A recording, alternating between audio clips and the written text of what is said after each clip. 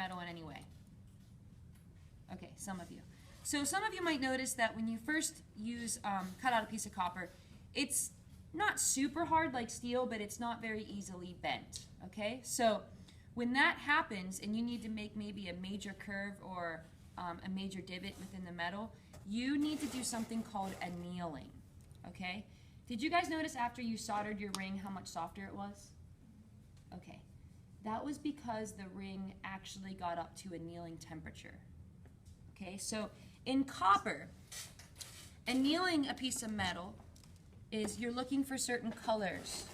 And what's going to happen scientifically is that when you get the copper and you haven't done anything to it, it's not as hard as it could be. But do you notice after you guys hammer something or pound on it or bend it back and forth, it becomes very brittle and stiff? That's because you're actually taking the molecules of the copper and squishing them together, okay? So they become very, very tight. What you need to do is get them to spread out to where they're comfortable again in their natural state. And that's annealing it, all right? So when you heat up a piece of copper, instead of having it flat on this brick, because it acts as a heat sink, means it sucks the heat out, I sometimes make a little tray just so it gets elevated so that the air can get underneath it in the heat. So this is kind of a larger piece of metal. So I shouldn't use a tiny, tiny tip, right? That does not make sense. That would take forever. So you want to use a tip that's a 2, 3, or 4, all right? And if you're confused, just ask me. So you do the same exact thing as soldering. You're going to turn this on.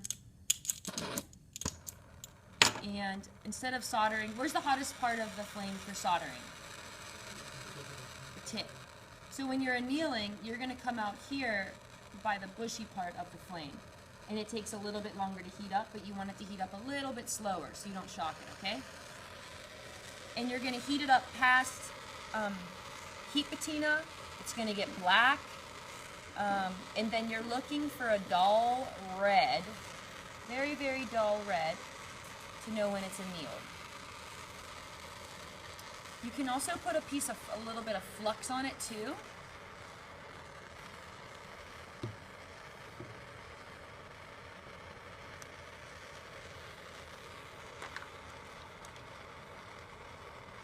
Put a little flux on it.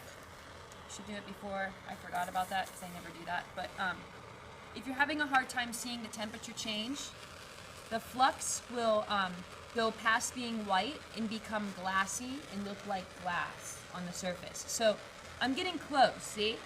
See how it's like a light pink when the heat goes over it, and that flux is getting kind of like glass. And as I go across it, do you see how it's a very dull red? You see that? That's annealed. Okay? And I'll show you the difference. Quench this using copper tongs, right?